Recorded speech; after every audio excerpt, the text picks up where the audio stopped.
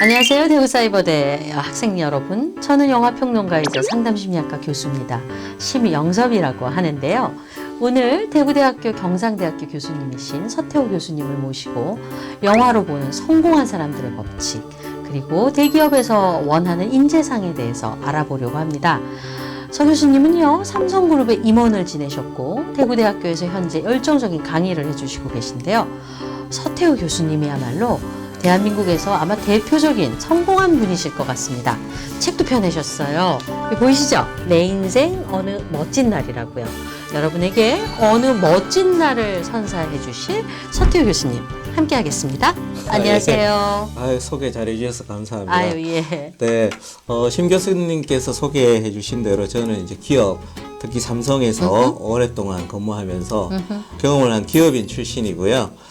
현재는 대구대학교에서 강의를 하고 있습니다. 사회생활 하면서 어려운 고비마다 영화를 통해서 많은 영감을 얻고 또 문제를 해결하면서 위안을 받기도 했습니다. 지금은 그 한국경제신문인 한경닷컴의 영화 칼럼니스트로 매주 기고하고 있기도 합니다. 오늘 여러분들과 함께 영화 여행을 통해서 이 혹한의 시대에 성공하는 방법을 같이 얘기해 보겠습니다. 아유, 예, 교수님 만나 뵙게 돼서 반갑고요. 자, 그럼 우리 학생분들 본격적으로 영화 이야기로 들어가 볼까요? 첫 번째 영화, 바로 영화 미션 임파서블이죠. 그야말로 달성하기 힘들 것 같은 여러 가지 미션을 수행하는 첩보원들 이야기인데요. 저희 어렸을 때는 이게 드라마가 있었어요. 톰 크루즈 영화가 아니었고요. 그때 그 막 테이프가 폭파가 되고 막 그 음악이 생생한데요. 근데 미국 그 비밀 정보국에서는 어떤 사람들을 선발하고 또 이 그런 아주 초전문적인 집단이죠. 네. 예, 일원이 되려면 우리 학생들은 어떻게 해야지 되는 것일까요? 네, 그 좋은 질문이시고요. 네. 저도 이제 교수님처럼 어릴 때 네. 미션 임파서블을 이제 그때 제오전선이라는 맞아요. 제우전선. 리드의 원조라고 네, 원조. 해야 되죠. 네. 그걸 봤는데 초등학교 다닐 때 그 드라마를 보면서 굉장히 재밌게 본 기억이 있습니다. 제가 이제 이 영화를 소개한 거에는 일단 이 영화 속에 나오는 여러 가지 교훈점이 있기 때문인데요. 첫째는 이제 여기 아까 말씀드린 고도의 전문성이 요원들한테는 필요합니다. 네. 이거는 어떤 미션에만 필요한 게 아니고 현대 사회를 살아가는 우리들이 어떤 자신의 역할을 할 수 있는 전문 역량과 경험이 절대적으로 필요하다는 네. 얘기고요. 네. 둘째는 이제 소통력입니다. 거기에는 이제 한 사람만이 하는 게 아니고 한 5사람이 핵심 인력들이 모여가지고 미션을 수행하는데 현대판 어벤져즈 같은 원조네요. 예, 정확하십니다. 네. 그래서 그 사람들이 이제 각자의 역할을 통해서 소통하고 배려하면서 하나의 그 시너지를 내는 그런 역할을 하고요. 네. 셋째는 이제 스피드와 타이밍입니다. 아무리 이제 능력이 뛰어나고 하더라도 타이밍을 놓치면 또 반대편 악당들도 나오지 않습니까? 그래서 타이밍이 놓치면 실패로 돌아가기 쉽다는 거고요. 넷째는 이제 강한 책임감입니다. 책임감은 이제 군인이나 소방관, 경찰관한테 있는 것이 아니고 현대 사회를 살아가는 이제 그 우리 학생들도 향후에는 어떤 조직에 있던 자기 회사를 창업하든 간에 조직의 어떤 성과를 위해서 최선의 역할을 하고 책임을 지지 않으면 굉장히 그 실패를 맛보게 되기 쉽죠. 그러니까 우리 인재가 되려면 전문성이 있고 소통력이 있고 스피드와 타이밍을 맞추면서 또 책임감이 있는 사람. 우리가 일반적으로 생각하는 바로 그런 인재상을 요약한 거나 마찬가지일 것 같은 생각이 듭니다. 네, 맞습니다. 그리고 선생님, 네. 당신이 가장 먼저 떠오르게 하라. 네, 네. 선생님 그런 글도 쓰신 것 같은데 예, 어떠십니까? 맞습니다. 저는 그게 핵심 하도라고 생각하는데 팀 리더인 이제 짐이라는 사람이 미션을 받고 난 다음에 그 부분을 이제 그 수행하는데 필요한 핵심 인력을 뽑을 때 파일을 보게 됩니다. 그 영화를 보면 그 사진을 보면서 1, 2초간에 그 사람을 딱 보면 그동안 그 사람의 퍼포먼스라든가 애티튜드 이걸 보게 되죠. 그래서 거기서 베스트 5를 골라내는데 여러분들께서 어떤 조합에 가시던 어떤 그 새로운 창업을 하시던 간에 누구인가 떠오르는 그런 사람이 돼야만이 자기가 성공할 수 있다는 그런 화두를 드리고 싶어요. 전 개인적으로 네. 국내에서 영화 치료하면 사람들이 저를 제일 먼저 하게 할 자신이 있습니다. 지금 그렇잖아요. 그렇게 제일 먼저 떠올리게 만드는 그런 그렇습니다. 힘이 있어야 되는군요. 네네. 다음번에 소개해줄 영화는 더 흥미로운데요. 바로 네. 스티븐 스필버그 감독이 만든 아마 한 번쯤 보셨을 거예요.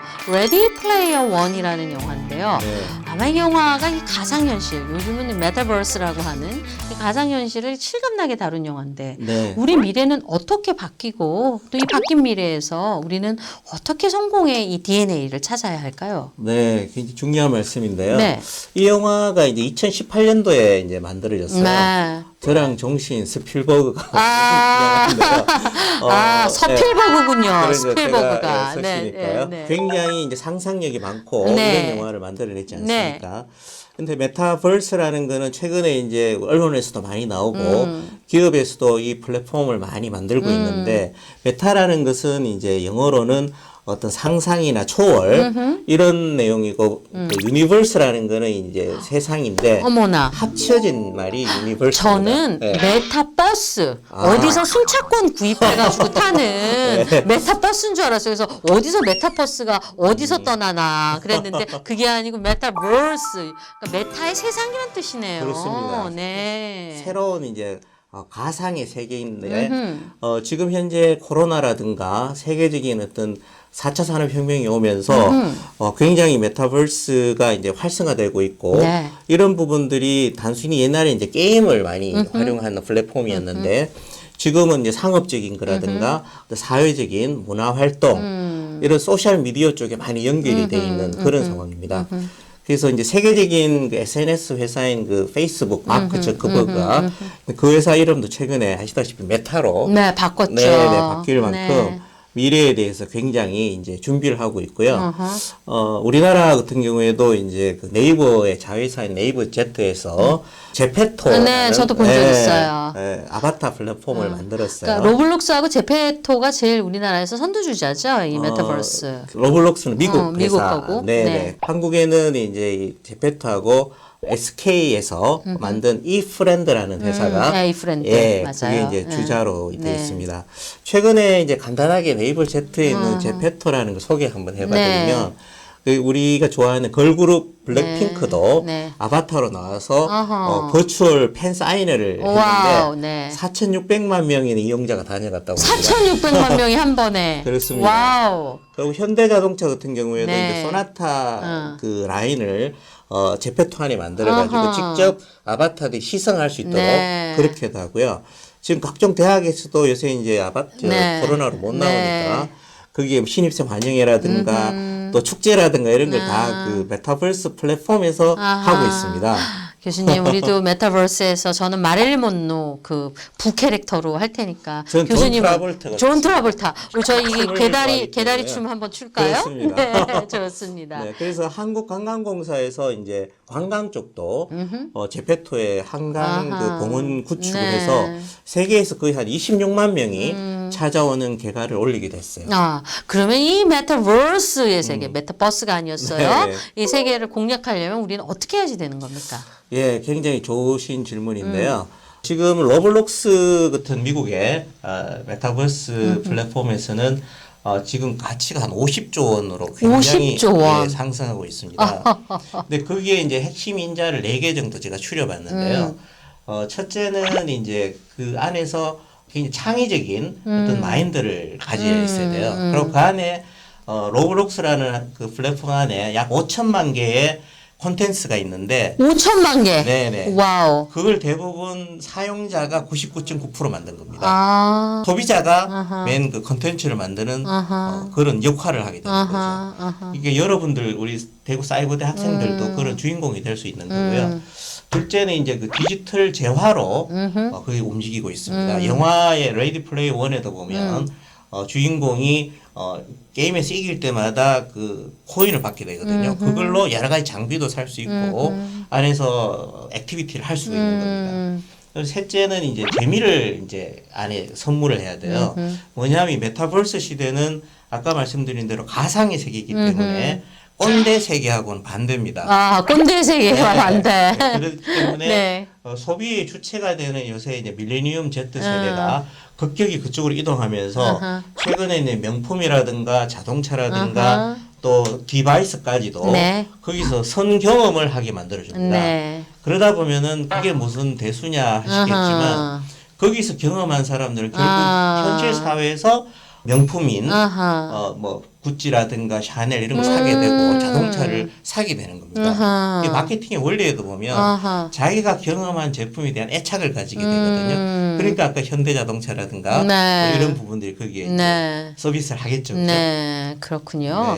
네. 저희가 사실 치료나 상담, 뭐 사회복지 이런 관련 학과가 많으니까 네, 네. 일단 상담도 메타버스에서 한번 해보고 그러면은 마치 구찌를 사용하면 구찌를 사듯이 네. 그 다음에 이제 조금 더 현실에서 상담을 할 수 있는 어떤 발판이 되고 그렇게도 활용할 수 있겠네요. 좋은 포인트입니다. 네. 왜냐하면 요새 이제 젊은 사람들은 직접 대면으로 교수님이나 상담자하고 얘기했을 때 거부감이나 이제 이 부끄러움을 느낄 수가 있는데 메타버스 그 플랫폼에서는 그런 장벽이 없습니다. 아. 이게 더 솔직하게 얘기할 수 아하. 있고 또 프렌들리하게 접근할 수 있기 때문에 지금 교수님께서 말씀하신 그런 부분들이 특히 상담 심리라든가 혹은 치료에는 굉장히 큰 도움이 될 거라고 그러게요. 생각합니다. 뭐 예를 들면 고소공포증 있는 사람은 맞습니다. 실제로 가상적인 어떤 그런 높은 네. 곳에 메타버스에서 한번 경험해보고 그렇죠. 또 현실에 적용한다던가. 이제 VR이라든가 이런 기기가 들어가기 때문에 네. 실질 체험을 할 수 있는 네.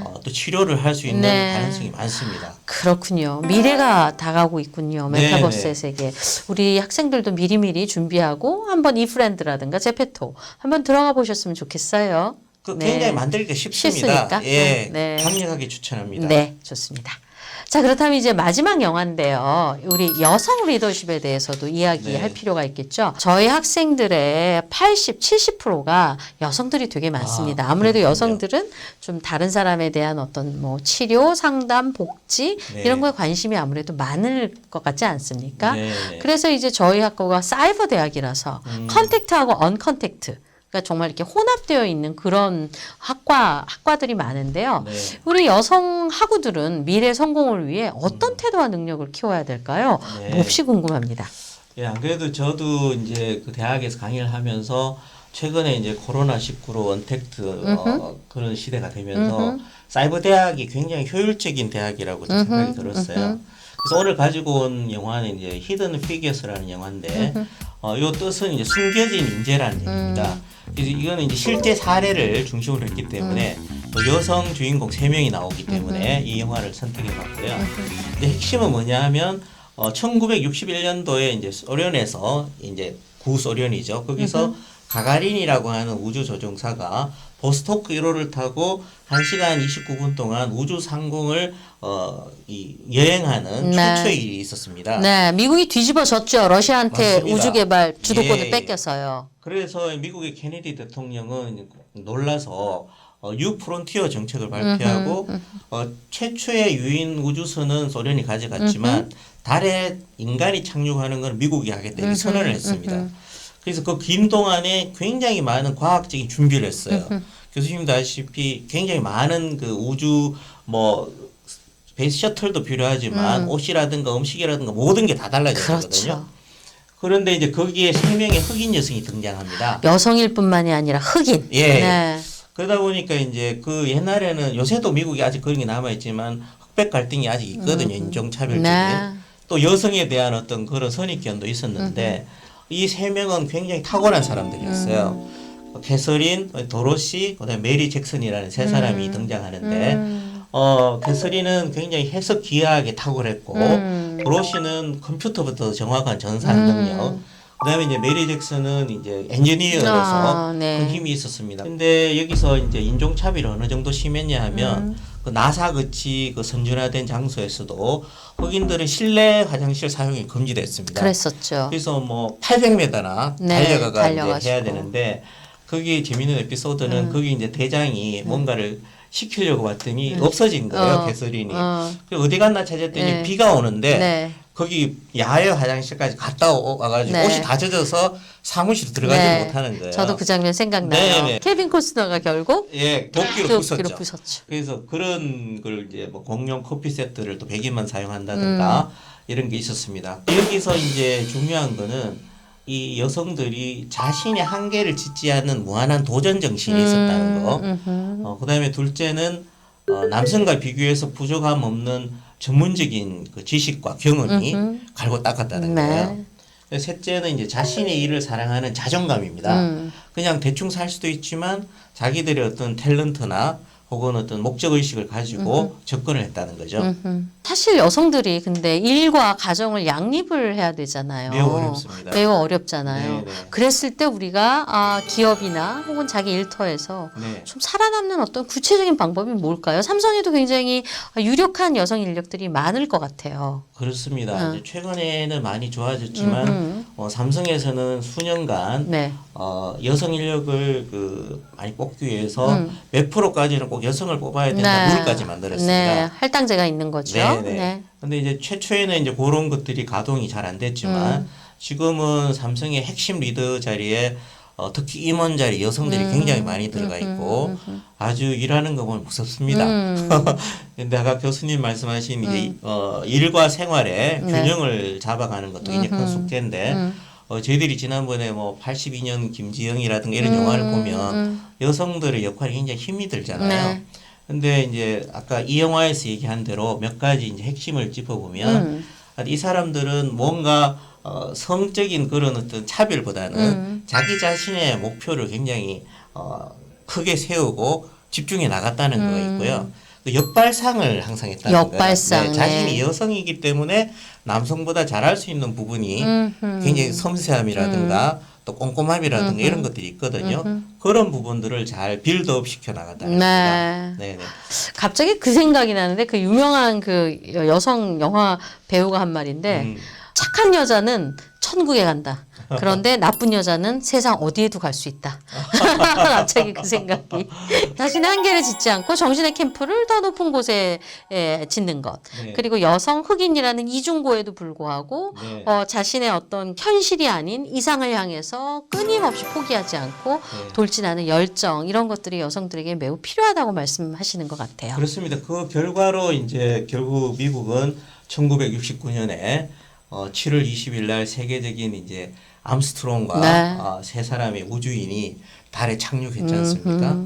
그런데는 아까 그 세 사람의 공헌이 굉장히 지대했다는 거예요. 네. 그래서 영화까지 만들어졌겠죠, 그죠? 네. 그래서 이 세 사람이 이제 중요하지만 또 이 사람을 인해서 여성 파워라든가 랜드마크적인 그런 어떤 퍼포먼스가 굉장히 여성들의 어떤 위상에 큰 기여를 했다 이렇게 볼 수 있습니다. 네. 아유, 예. 영화를 통해 남녀, 노소 또 미래를 대비하고 또 여성 리더십을 어떻게 발휘하는지 다양한 말씀을 나눴는데요. 저 끝으로 마무리하기 전에 좀 네. 궁금한 게 있습니다. 네. 우리 교수님 본인의 성공 비결은 무엇이었을 것 같으세요? 삼성에서도 또 그 힘든 임원까지 별을 단다고 하지 않습니까? 지내셨고 또 이렇게 은퇴 후에는 교수로서도 제2의 어떤 인생의 이모작도 훌륭히 하셨거든요. 어떤 개인적인 비결이 있을까요? 저는 첫째 이제 그 긍정적인 마인드를 굉장히 중요하게 생각합니다. 네. 이게 이제 쉽지 않은 건데 옛날에 2002년에 월드컵 할 때 제가 박지성이라고 생각하고 아, 네. 나는 박지성이다. 네, 제가 박지성이지 박지성을 구경할 수만 없다는 생각을 했어요. 그래서요. 그래서 학생들한테는 네. 학생 여러분이 네. 손흥민이고 방탄소년단이다 이렇게 얘기하고 싶어요. 네. 그런 자신감과 긍정적인 마인드를 네. 가지시는 게 좀 중요할 것 같고 네. 두 번째는 아무래도 이제 부지런함입니다. 아하, 부지런함. 네. 네. 정말 뭐 새벽밥 먹고 나가서 일을 하고 또 주말에도 일을 하는데 물론 이런 얘기 드리면은 라떼는 말이야. 그런 라떼는 얘기를 말이야. 하는데 저는 누가 쉽게 살아기보다 이제 즐거웠어요. 그래서 얼리버드라는 게 네. 또 일찍 일어나야 먹을 게 많잖아요. 네. 그죠? 그거는 뭐 약간 진리가 아닌가 네. 이런 생각이 들고요. 네. 세 번째는 소통력입니다. 소크라테스도 목사하고 얘기할 때는 목수의 언어로 얘기하라 네. 했는데 아무래도 이제 고객이 됐던 그다음에 이제 직원하고 됐던 뭔가 이렇게 그 사람들이 편한 얘기로 해줘야 되고 요새 이제 방송 예능 프로도 보면 밑에 자막이 다 나오지 않습니까? 그런 것들이 이제 아무래도 소통이 편하게 하기 위한 거거든요. 그래서 그런 소통력이 이제 중요하고 마지막으로는 어떤 디테일입니다. 디테일. 예. 네. 이게 임원 올라가면은 큰 것만 하고 네. 뭐 잔잔한 거는 챙기지 않았으면 좋겠다 네. 이런 얘기 하지만 반대입니다. 올라갈수록 직원들의 힘든 것도 잘 살펴주고 또 비즈니스에 대한 것도 잘 살펴줘야 됩니다. 심지어는 그 애플을 만든 스티브 잡스 같은 경우에 이렇게 호텔에서 새로운 상품을 그 프레젠테이션 할 때 옷도 이 터틀넥 같은 아주 심플한 걸 입고 청바지에 스니커스를 신고 나왔다 그래요. 그건 이 디바이스 자체를 돋보이게 하기 위해서 그런 디테일함을 신경을 썼고요. 그 호텔에 혹시 정전이 될까봐 호텔 지하실에 그 제너레이터 발전기까지 갖다 놨다 합니다. 그 PT할 때 정말 그 그 디테일. 아웃될까봐요. 네. 그래서 저는 그런 부분에서는 네. 디테일이 굉장히 중요하다고 아하. 생각해요. 그런 부분들이 그래도 제가 한 10년 정도 임원 생활하는데 큰 영향을 미쳤지 않나 이렇게 생각을 합니다. 교수님 말씀 드리니까 정말 디테일하게 말씀을 해주시네요. 정말. 네, 우리 학생들 교수님 말씀 잘 들으셨죠? 영화를 통해서 그냥 영화를 소비하는 것이 아니라 영화 속의 여러 가지 리더십이나 성경 비결을 알아보고 또 실제 이렇게 현장에서 뛰신 교수님 말씀도 들어보니까 더욱더 우리 학생들도 기운을 내서 다양하게 메타버스 시대에 새로운 어떤 역할을 향해 찾아갔으면 좋겠다는 마음이 들기도 합니다. 오늘 정말 즐거웠고요. 네. 시간 내주신 교수님 감사합니다. 그리고 혹시 저희 대학교 입학하기 원하시는 학생들 있으실 것 같은데요. 저희 대학교 다양한 컨텐츠 그리고 또 다양한 어떤 그 교수진과 함께 또 학생분들 온라인이든 오프라인이든 가상세계와 현실을 드나들며 여러분에게 최고의 서비스를 드릴 것을 약속드립니다. 자, 오늘 특별 대담이었고요. 서태호 교수님 그리고 저 심영섭이었습니다. 여러분 다음번에 또 만나 뵐게요. 안녕. 안녕히 계십시오, 교수님. 네, 다음에 또 불러주세요. 네. 반갑습니다. 네. 감사합니다.